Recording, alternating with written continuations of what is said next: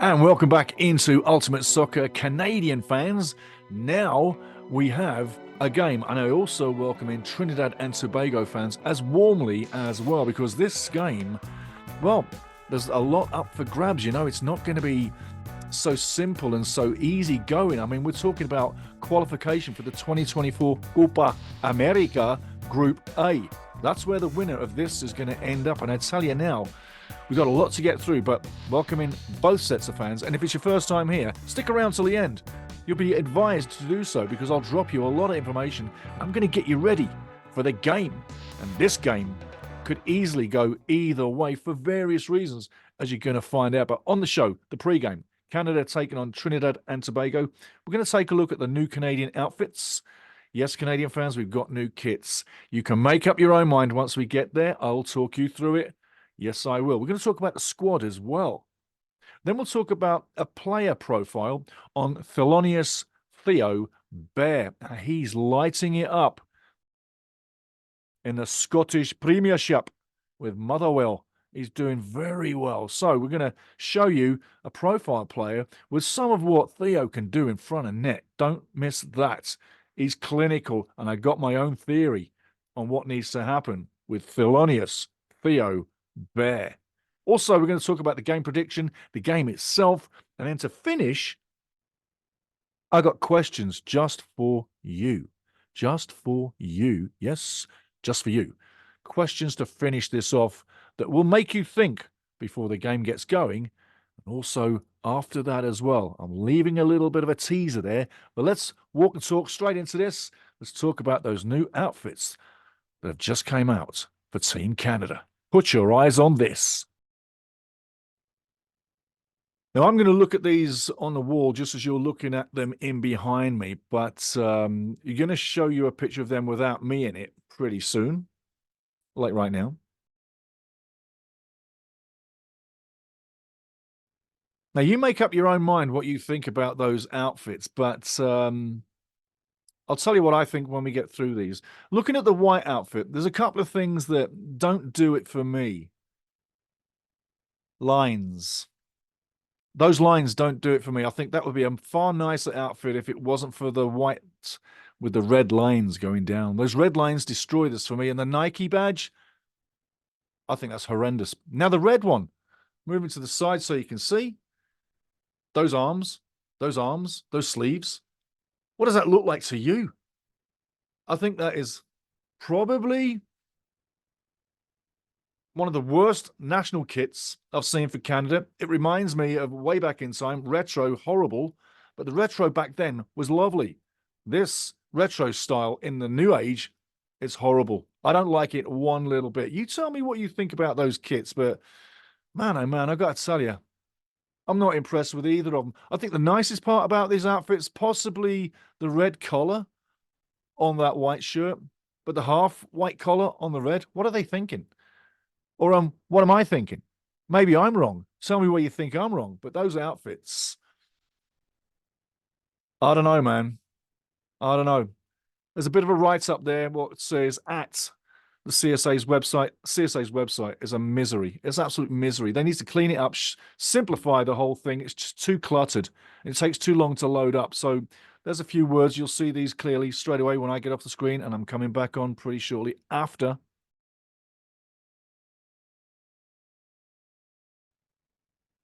So yeah, guys, make up your mind what you think about those outfits. I know that I will not be purchasing one. Those outfits do nothing for me. If you like it, we have a difference in taste. But when I see traditional, classic, international shirts, etc., I don't see it in any of what is coming through from Nike. I don't like it one bit at all. I don't even like the Nike swoosh the way they've got it. And the writing in the collar, well, when you're wearing it, you don't get to see that, right? So, and this writings of diversity, and we're taking it to a great level. Think on what you think about that, but I think a football outfit should just be about the football, about the nation. No, about the football team. That's what it should be. It should represent the team. It doesn't need to represent the whole country. It needs to represent part of your greatness. Stick a star on there when you win a trophy, etc. But no, they don't do nothing for me. Anyway, Think what you will. Tell me what you will. If you hate it, tell me down below. If you love it, tell me down below. But also looking at the squad for Canada in this one isn't too different, really, from anything recently. There's a couple of new additions. You got Sirius, obviously, there from Montreal, up in goalkeeping situation. I hope he does get a start. Will he? I doubt it very much. I think that you got to think Dane St. Clair for me. For my money, Dane St. Clair's the guy to go. Maybe Maxime Croupeau gets a start, but my money's on Dane St. Clair for the future. If you've been watching this show when I've covered Canadian games over the last few years, you'll know that I am a big proponent of Dane St. Clair. The other guy we got coming through is a defender, and that's Luc de Faugerolais, and he's with Fulham. Don't expect him to start. Don't expect anything from there at all. But on the squad, this is where you're going to love this. There's a guy called Theo Bair. Yeah, I like what I see. I really do. I think that if you're looking throughout the squad, he's had 2 games in already. He's got a goal already for Canada, so he's got the monkey off his back. He can be relaxed. This is a guy I would play for this game. Yeah, you could go with Jonathan David, and you can put Carl Lowry in there, and a few of the other guys, and, you know, Schaffelberg as well.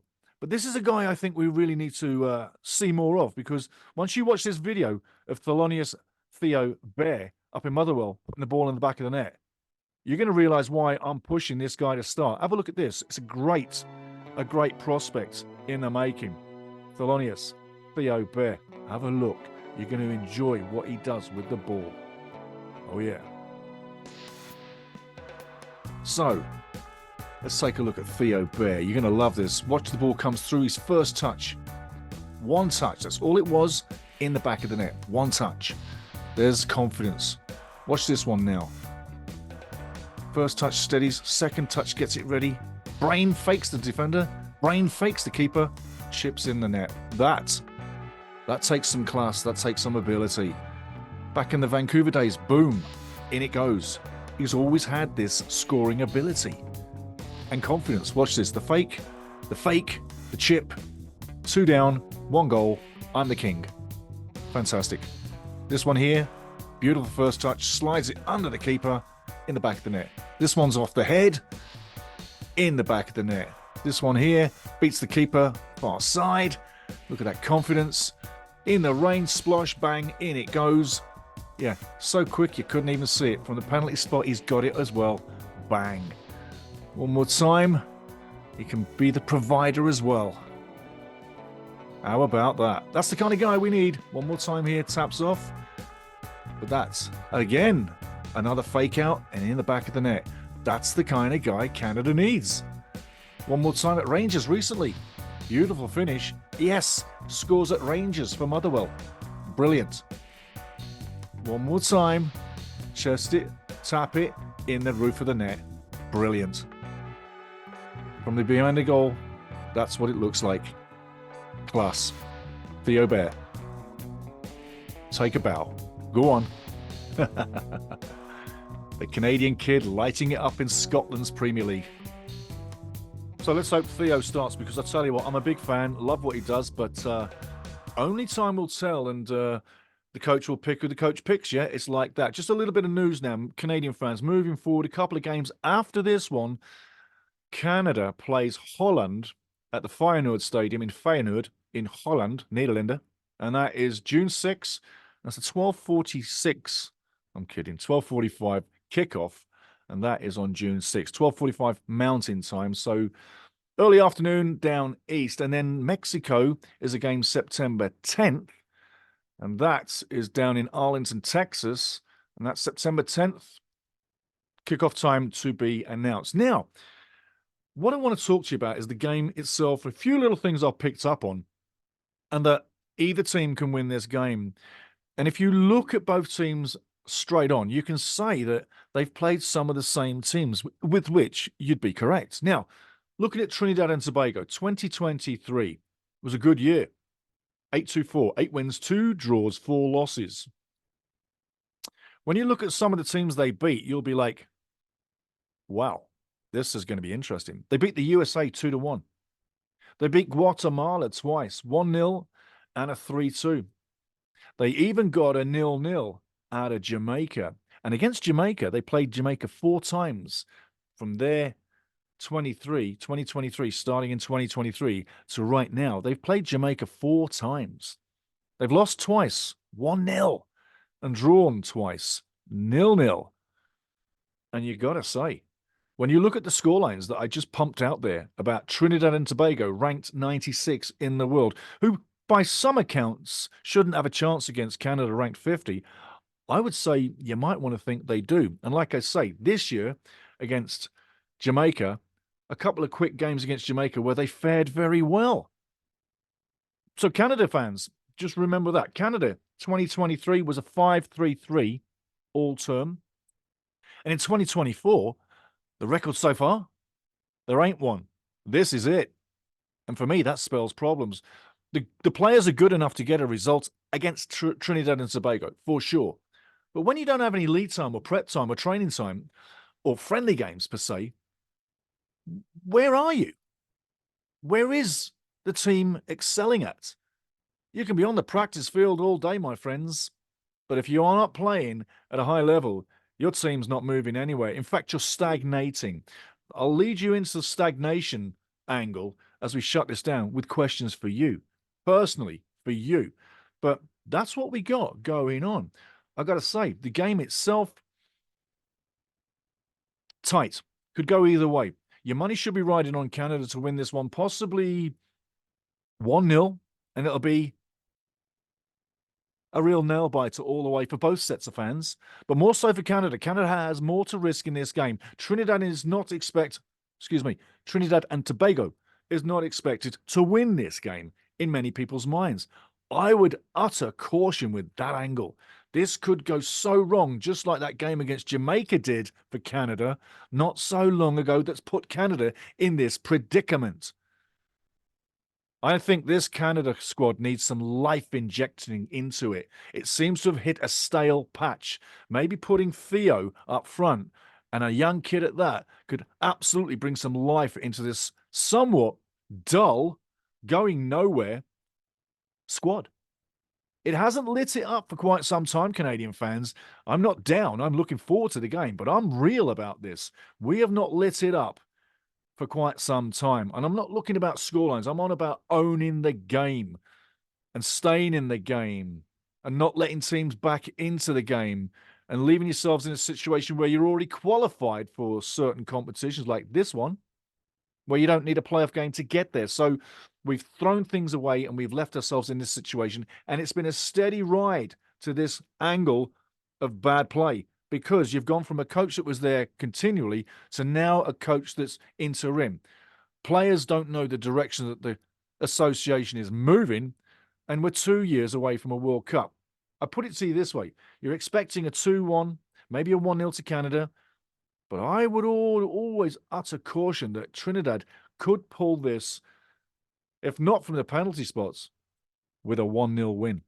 And they can score off a free kick or a set piece. There's another point that we are not so great at recently. So at the end of the day, bite your nails, get ready for it. It's going to be an interesting fight all the way to the death. I've also got some other news on another Canadian who's playing up at Inverness Caledonian Thistle, who I'm going to be interviewing very soon.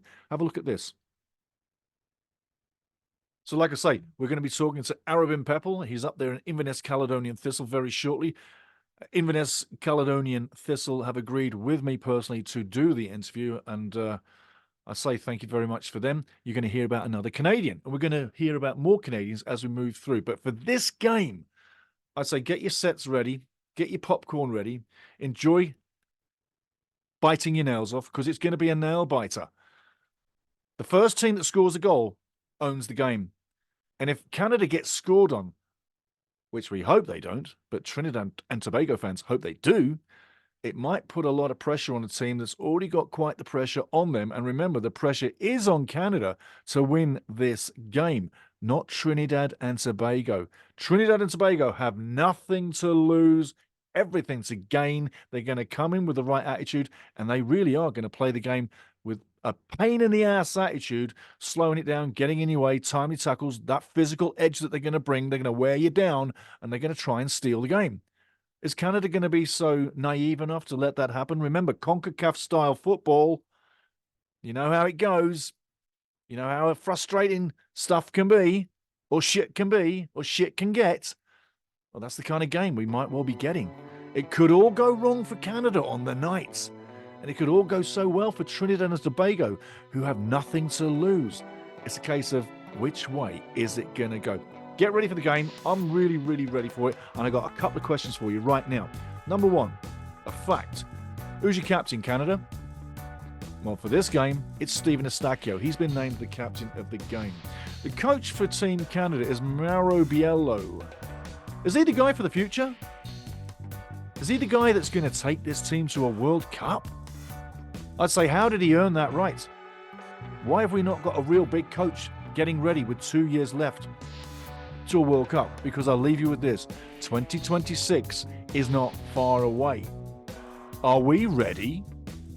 Are we even close to being ready? I don't think we are. But for now, this is where we're at. This is reality. On the field, we're taking on Trinidad and Tobago. It's going to be an interesting fight. I'm looking forward to the game. I want it to go one way, but it could go any way. You tell me which way you think it's going to go. And Trinidad fans, give me a scoreline. You TNT fans, give me a scoreline. How are you going to score against Canada? And what's the final score? And are you going to win? And the same goes for Canadian fans. What's the score? Who's going to win? And who's going to stand out? Go check online, see who's in the squad. Tell you what, I want to see Theo Bair get on the field and bang him in. Okay, guys, I'm ready for it. I hope you are. Let's have it. Cheers.